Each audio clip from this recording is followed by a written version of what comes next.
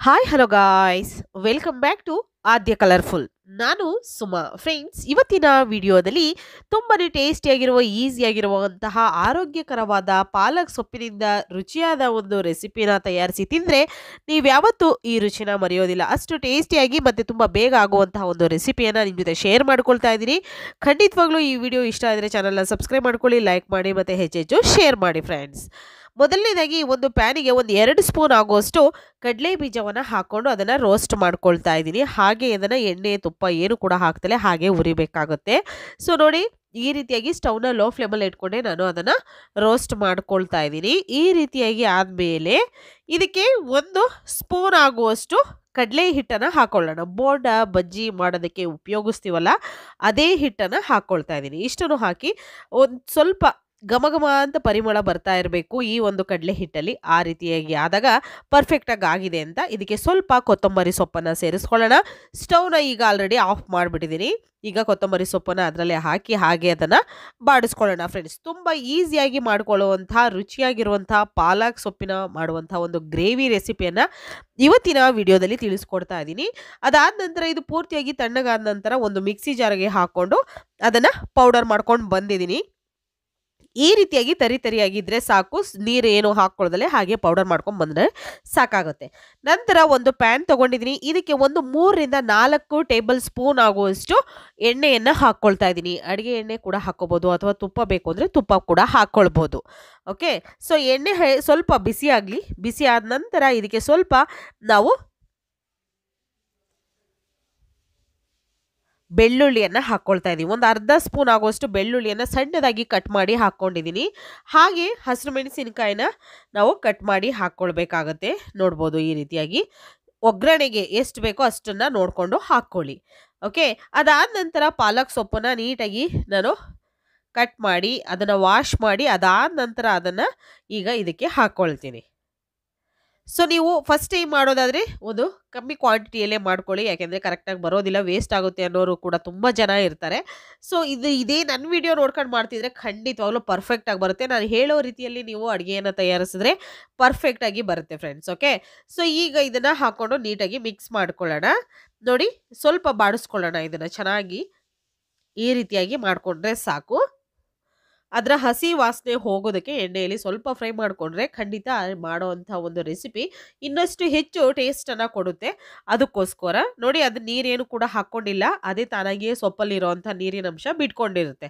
ಅದಾದ ನಂತರ ಸ್ವಲ್ಪ ಉಪ್ಪನ್ನು ಕೂಡ ಸೇರಿಸ್ಕೊಳ್ತಾ ಇದ್ದೀನಿ. ನೋಡಿಕೊಂಡು ಉಪ್ಪನ್ನು ಸೇರಿಸ್ಕೊಳ್ಳಿ. ಆಮೇಲೆ ಬೇಕು ಅಂದರೆ ಸ್ವಲ್ಪ ಕಮ್ಮಿ ಆಗಿದೆ ಅಂದರೆ ಹೆಚ್ಚು ಮಾಡ್ಕೋಬೋದು. ಅದರ ಹೆಚ್ಚು ಮಾಡ್ಕೊಂಡ್ಬಿಟ್ರೆ ಮತ್ತೆ ಕಮ್ಮಿ ಮಾಡೋದಕ್ಕೆ ಆಗೋದಿಲ್ಲ.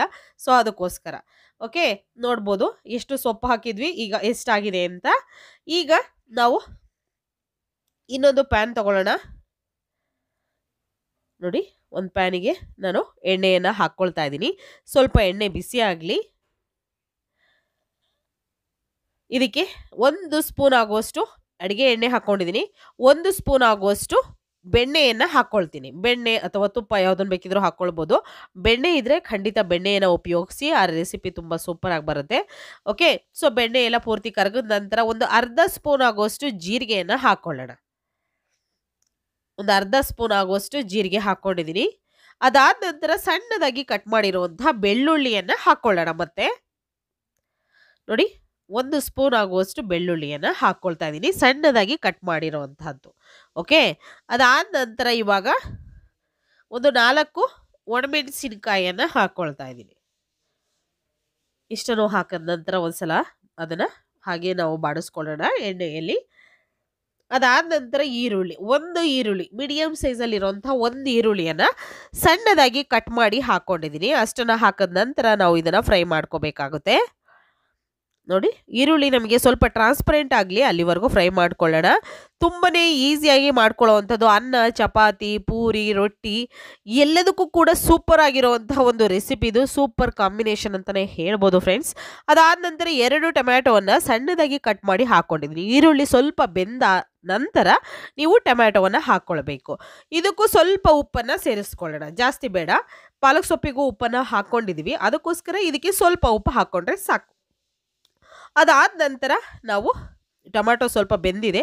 ಅದಾದ ನಂತರ ಒಂದು ಅರ್ಧ ಸ್ಪೂನ್ ಧನಿಯಾ ಪುಡಿ ಮತ್ತು 1 ಸ್ಪೂನ್ ಆಗೋಷ್ಟು ಅಚ್ಚ ಖಾರದ ಪುಡಿಯನ್ನು ಹಾಕ್ಕೊಳ್ತಾ ಇದ್ದೀನಿ. ಖಾರಕ್ಕೆ ಅನುಗುಣವಾಗಿ ನಿಮಗೆ ಎಷ್ಟು ಬೇಕೋ ಹೆಚ್ಚು ಕಮ್ಮಿ ನೀವು ಮಾಡ್ಕೋಬಹುದು. ಇಷ್ಟನ್ನು ಹಾಕಿದ ನಂತರ ಸ್ವಲ್ಪ ಅಡುಗೆ ಅರಿಶಿನ ಹಾಕ್ಕೊಳ್ಳೋಣ. ಸ್ವಲ್ಪ ಹಾಕ್ಕೊಳ್ಳೋಣ, ಒಂದು ಪಿಂಚಷ್ಟು. ಈಗ ಮಿಕ್ಸ್ ಮಾಡ್ಕೊಳ್ಳೋಣ. ಆರೋಗ್ಯಕರವಾದಂತಹ ಪಾಲಕ್ ಸೊಪ್ಪಿನಿಂದ ರುಚಿಯಾದ ರೆಸಿಪಿನ ತಯಾರಿಸಿ ತಿಂದರೆ ನೀವು ಯಾವತ್ತೂ ಈ ರುಚಿನ ಮರೆಯೋದಿಲ್ಲ. ಅಷ್ಟು ಟೇಸ್ಟಿಯಾಗಿ ಆಗುವಂತಹ ಒಂದು ಸೂಪರ್ ಕಾಂಬಿನೇಷನ್ ಇರುವಂತಹ ಒಂದು ರೆಸಿಪಿ. ಗಟ್ಟಿಯಾಗಿ ಮಾಡಿಕೊಂಡ್ರೆ ಪೂರಿ, ಚಪಾತಿ, ರೊಟ್ಟಿಗೆಲ್ಲ ಸೂಪರ್ ಆಗಿರುತ್ತೆ. ಸ್ವಲ್ಪ ತೆಳ್ಳಗೆ ಮಾಡ್ಕೋತೀವಿ ಅಂದರೆ ಅನ್ನಕ್ಕೆ, ಮುದ್ದೆಗೆ ಎಲ್ಲದಕ್ಕೂ ಕೂಡ ಸೂಪರ್ ಆಗಿರುತ್ತೆ. ನಂತರ ಈಗ ಪೌಡರ್ನ ಮಾಡಿದ್ವಲ್ಲ ನಾವು, ಕಡಲೆ ಬೀಜ ಹುರಿದು ಎಲ್ಲ ಮಾಡಿರೋವಂಥ ಪೌಡರ್ನ ಇದಕ್ಕೆ ಹಾಕ್ಕೊಳ್ಬೇಕಾಗತ್ತೆ. ಹಾಕಿದ ನಂತರ ಒಂದ್ಸಲ ಡ್ರೈ ರೋಸ್ಟ್ ಆಗಿ ಇದೇ ರೀತಿ ಮಾಡ್ಕೋಬೇಕು. ಮಾಡಿಕೊಂಡು 1 ನಿಮಿಷ ಹಾಗೆ ಅದನ್ನು ಬೇಯೋದಕ್ಕೆ ಬಿಡಬೇಕು. ಅದಾದ ನಂತರ ಈಗ ಒಂದು ಅರ್ಧ ಕಪ್ ಆಗೋಷ್ಟು ನೀರನ್ನು ಹಾಕ್ಕೊಂಡಿದ್ದೀನಿ. ನೀರು ಹಾಕಿದ ನಂತರ ಒಂದ್ಸಲ ಮಿಕ್ಸ್ ಮಾಡಿಕೊಂಡು ನೀಟಾಗಿ ಒಂದು ಹಂತಕ್ಕೆ ಇದನ್ನು ಮಾಡ್ಕೊಳ್ಳೋಣ. ನೀರು ಬೇಕು ಇನ್ನೂ ಸ್ವಲ್ಪ ಅಂದರೆ ಇನ್ನೂ ಸ್ವಲ್ಪ ನೀರನ್ನು ಹಾಕ್ಕೊಳ್ಳಿ, ಏನು ತೊಂದರೆ ಇಲ್ಲ. ಓಕೆ, ಸೊ ನೋಡಿ ಈ ರೀತಿಯಾಗಿ ರೆಡಿಯಾಗಿದೆ. ಈಗ ತುಂಬನೇ ಸೂಪರಾಗಿ ಮಾಡುವಂತಹ ಪಾಲಕ್ ಸೊಪ್ಪಿನ ಗ್ರೇವಿ ಇದು. ಸೊ ಈಗ ಪಾಲಕ್ ಸೊಪ್ಪು ಕೂಡ ನೋಡಿ ನೀಟಾಗಿ ಎಲ್ಲ ತುಂಬ ಚೆನ್ನಾಗಿ ಬೆಂದಿದೆ. ಸೊ ಇದು ನೋಡ್ಬೋದು ನೀವು, ತುಂಬ ನೀಟಾಗಿ ಆಗಿದೆ. ಇವಾಗ ನಾವು ಏನು ರೆಡಿ ಮಾಡ್ಕೊಂಡಿದ್ದೀವಲ್ಲ ಆ ಒಂದು ಗ್ರೇವಿನ ಪಾಲಕ್ ಸೊಪ್ಪಿನದಕ್ಕೆ ಟ್ರಾನ್ಸ್ಫರ್ ಮಾಡ್ಕೊಂಬಿಡೋಣ. ನೋಡಿ ಇದಕ್ಕೆ ಹಾಕ್ಕೊಳ್ಳೋಣ ಈ ರೀತಿಯಾಗಿ. ಈಗ ಹಾಕಿದ ನಂತರ ಒಂದ್ಸಲ ಇದನ್ನು ಚೆನ್ನಾಗಿ ಮಿಕ್ಸ್ ಮಾಡ್ಕೊಳ್ಳೋಣ. ಹೀಗೆ ಇದನ್ನು ನೀಟಾಗಿ ಮಿಕ್ಸ್ ಮಾಡ್ಕೊಳ್ತಾ ನಾವು, ನಮಗೆ ನೀರು ಬೇಕು ಅಂದರೆ, ಅನ್ನಕ್ಕೆ ಮಾಡ್ಕೊಳ್ಳೋದಾದರೆ ಸ್ವಲ್ಪ ನೀರು ಬೇಕಾಗುತ್ತೆ. ಸೊ ಅದಕ್ಕೆ ಸ್ವಲ್ಪ ನೀರನ್ನು ನೀವು ಹಾಕ್ಕೊಳ್ಬೋದು. ಅಥವಾ ಚಪಾತಿ, ರೊಟ್ಟಿಗೆ ಮಾಡ್ತಿದ್ದೀವಿ ಅಂತ ಅಂದರೆ ಇದು ಇಷ್ಟೇ ಒಂದು ಗಟ್ಟಿ ಇರಲಿ, ಜಾಸ್ತಿ ತೆಳ್ಳಗೆ ಬೇಡ. ಓಕೆ, ಈಗ ಮಿಕ್ಸ್ ಮಾಡ್ಕೊಳ್ಳೋಣ. ಯಾವುದೇ ಬೇಳೆಯನ್ನು ಉಪಯೋಗಿಸ್ದಲೇ ಮಾಡಿರುವಂತಹ ಒಂದು ರೆಸಿಪಿ ಇದು. ಸೊ ಈಗ ರೆಡಿ ಆಗ್ತಿದೆ, ಅದು ಸ್ವಲ್ಪ ಬೇಯಲಿ. ನಾವು ಅದಕ್ಕೆ ಒಂದು ಒಗ್ಗರಣೆಯನ್ನು ಮಾಡ್ಕೊಳ್ಳೋಣ. ಈಗ ಒಂದು ಒಗ್ಗರಣೆ ಪ್ಯಾನ್ ತೊಗೊಂಡಿದ್ದೀನಿ. ಅದಕ್ಕೆ ಸ್ವಲ್ಪ ಎಣ್ಣೆ, ಸ್ವಲ್ಪ ಸಾಸಿವೆ, 1 ಸ್ಪೂನ್ ಆಗೋಷ್ಟು ಎಣ್ಣೆ, ಒಂದು ಸ್ವಲ್ಪ ಅಂದರೆ ಒಂದು ಚಿಟಿಕೆಯಷ್ಟು ನಾನು ಸಾಸಿವೆಯನ್ನು ಹಾಕ್ಕೊಂಡಿರೋದು, ಸ್ವಲ್ಪ ಜೀರಿಗೆ, 1/4 ಟೀ ಸ್ಪೂನ್ ಆಗೋಷ್ಟು ಜೀರಿಗೆ ಅಂತ ಹೇಳೋಣ. ಓಕೆ, ಅದಾದ ನಂತರ ಇವಾಗ ಬೆಳ್ಳುಳ್ಳಿ ಹಾಕ್ಕೊಳ್ಳೋಣ. ಬೆಳ್ಳುಳ್ಳಿ ಕೂಡ ಕಟ್ ಮಾಡಿರೋಂಥ ಬೆಳ್ಳುಳ್ಳಿಯನ್ನೇ ಹಾಕ್ಕೊಂಡಿರೋದು.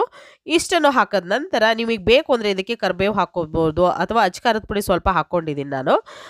ಅಥವಾ ನಿಮಗೆ ಹಸಿರು ಮೆಣಸಿನ್ಕಾಯಿ ಬೇಕು ಅಂದರೆ ಅದನ್ನು ಕೂಡ ಹಾಕ್ಕೊಳ್ಬೋದು. ಈಗ ಒಗ್ಗರಣೆಯನ್ನು ಈ ಪ್ಯಾನಿಗೆ ಹಾಕ್ಕೊಂಡಿದ್ದೀನಿ. ಸೊ ಈಗ ಒಗ್ಗರಣೆ ರೆಡಿ ಆಯಿತು. ಈಗ ಒಂದ್ಸಲ ಮಿಕ್ಸ್ ಮಾಡ್ಕೊಳ್ಳೋಣ. ನೀಟಾಗಿ ಇರುವಂಥ ಪರ್ಫೆಕ್ಟ್ ಆಗಿರುವಂತಹ ಪಾಲಕ್ ಸೊಪ್ಪಿನ ಗ್ರೇವಿ ಅಥವಾ ಪಾಲಕ್ ಗ್ರೇವಿ ಅಥವಾ ಪಾಲಕ್ ಕರಿ ರೆಡಿಯಾಗಿದೆ ಫ್ರೆಂಡ್ಸ್. ಖಂಡಿತವಾಗ್ಲೂ ನೀವು ಕೂಡ ಪೂರಿ, ಚಪಾತಿ, ಅನ್ನಕ್ಕೆ ಒಂದ್ಸಲ ತಯಾರಿಸಿ ಹೇಗೆ ಬಂತು ಅಂತ ತಪ್ಪದೆ ಕಾಮೆಂಟ್ ಸೆಕ್ಷನಲ್ಲಿ ತಿಳಿಸಿ. ಇವತ್ತಿನ ವಿಡಿಯೋ ಇಷ್ಟ ಆಗಿದ್ರೆ ಚಾನಲ್ನ ಸಬ್ಸ್ಕ್ರೈಬ್ ಮಾಡ್ಕೊಳ್ಳಿ ಫ್ರೆಂಡ್ಸ್. ಇವತ್ತಿನ ವಿಡಿಯೋ ಇಲ್ಲಿ ಮುಗಿಸೋಣ. ಬಾಯ್, ಸಿ ಯು, ಟೇಕ್ ಕೇರ್.